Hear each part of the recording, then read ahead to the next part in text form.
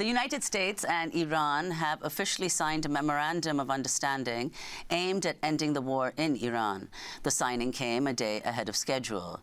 President Trump signed the agreement at a dinner at the Palace of Versailles, hosted by French President Emmanuel Macron. Iranian President Masoud Pezeshkian signed the agreement in Tehran. The 14-point agreement calls for an immediate end to fighting on all fronts, including Lebanon, the full resumption of maritime traffic through the Strait of Hormuz, the lifting of the U.S. blockade, the easing of sanctions on Iran, the unfreezing of Iranian assets, and a $300 billion investment fund to rebuild Iran. But the deal also leaves many major questions unresolved about Iran's nuclear program.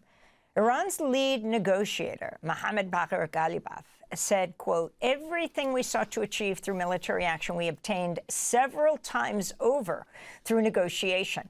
It was not even comparable," he said. Just hours before signing the deal, President Trump spoke at the G7 summit and issued a new threat to Iran. It's a memorandum of understanding, and if I don't like it, we'll go back to shooting at them, dropping bombs on their head. When do you expect the word? If I don't like it, if they don't behave, we'll go right back to dropping bombs right smack in the middle of their head. We're joined now by Vali Nasr, an Iranian-American professor of international affairs and Middle East studies at Johns Hopkins School of Advanced International Studies.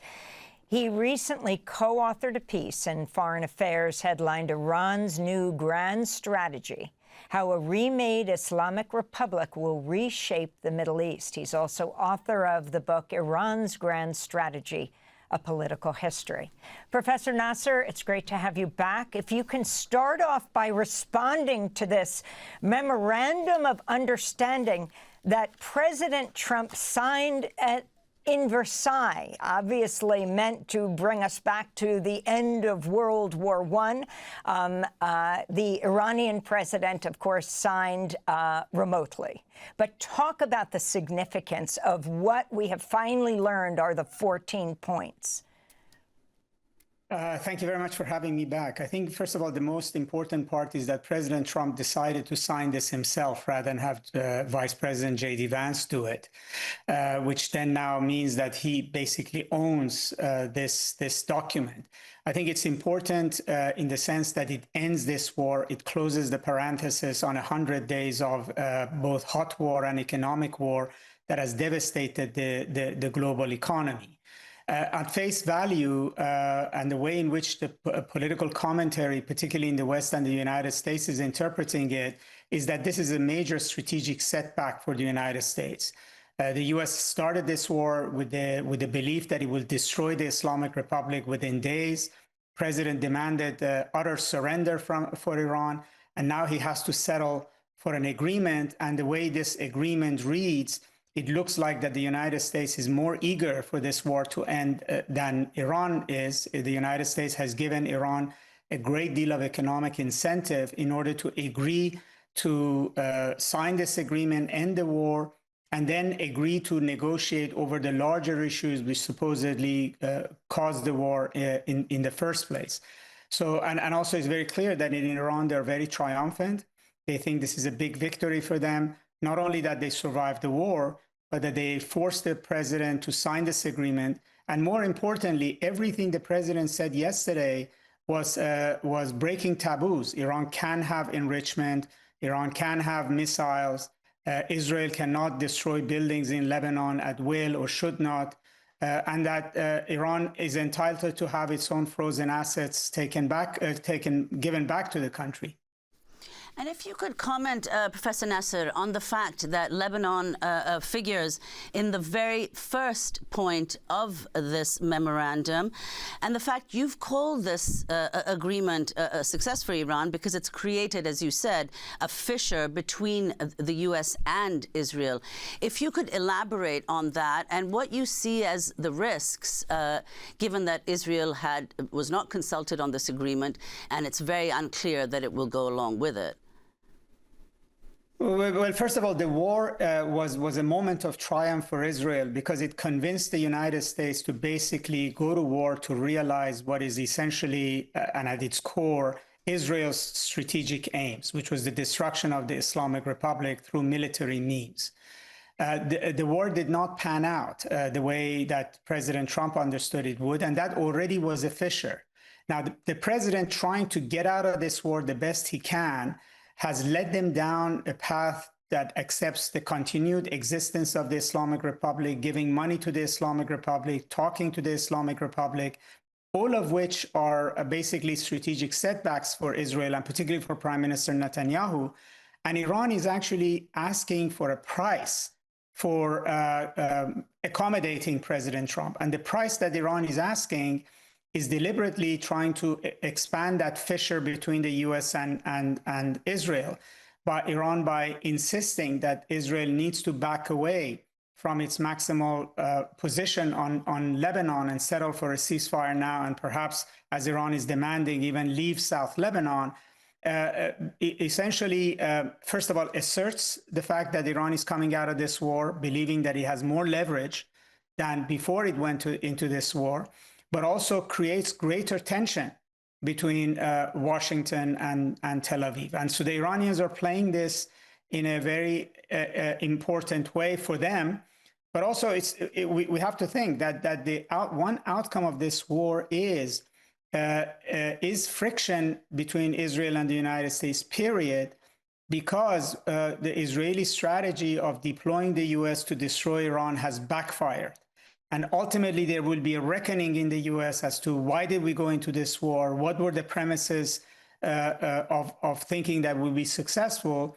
And who is responsible? And even though it's not said loudly, it's very clear in the undertone of what President Trump says that he's lost trust in what Prime Minister Netanyahu tells him, and that he's somewhat angry because he's receiving blowback for a war that was essentially an Israeli strategic agenda, and now he has to carry the political cost of it.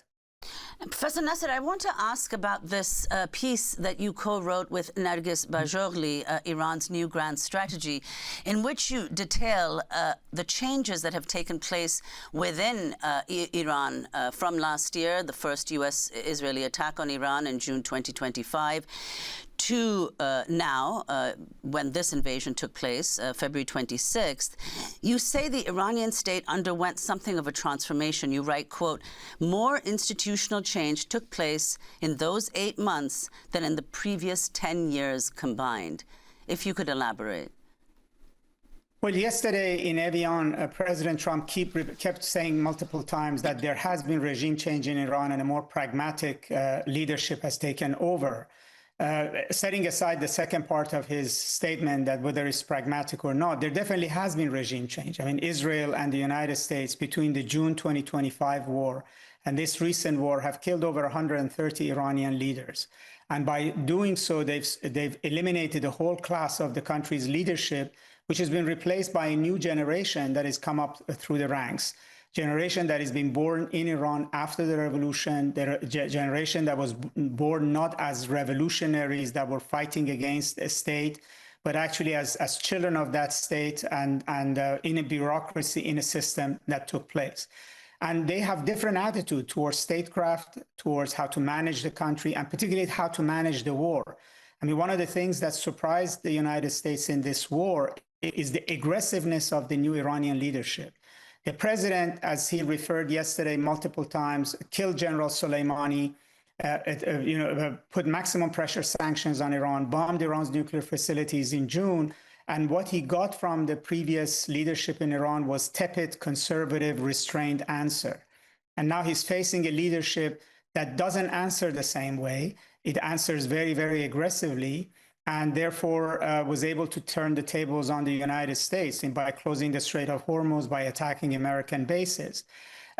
In addition, one of the big surprises of this war is how quickly Iran reorganized itself between finding itself on the defensive in June and then facing a massive social uprising in Iran in January that it was compelled to suppress very bloodily and brutally, and led to the conclusion around the world that the Iranian regime was really, really weak.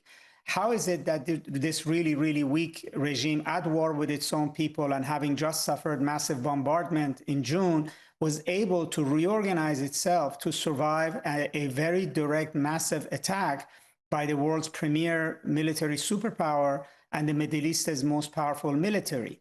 And not only survive it, but actually come out of the war with strategic wins, like the control of the Strait of Hormuz, like a chokehold on the global economy, and force the American president into retreat to settle for far less than what he had thought.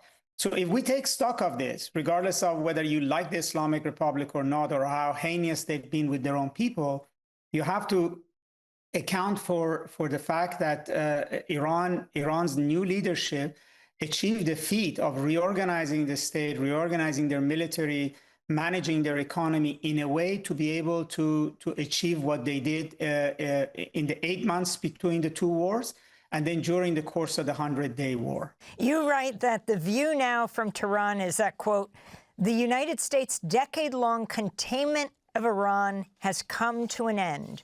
The new regional order will be defined less by American primacy than by multipolarity, with China an increasingly central player and Iran an integral rather than a marginal actor. As we begin to wrap up, Professor Nasr, if you can explain that shifting geopolitics and how exactly what Trump has achieved, what is the difference between February 27th, before Israel and the U.S. attacked, and now?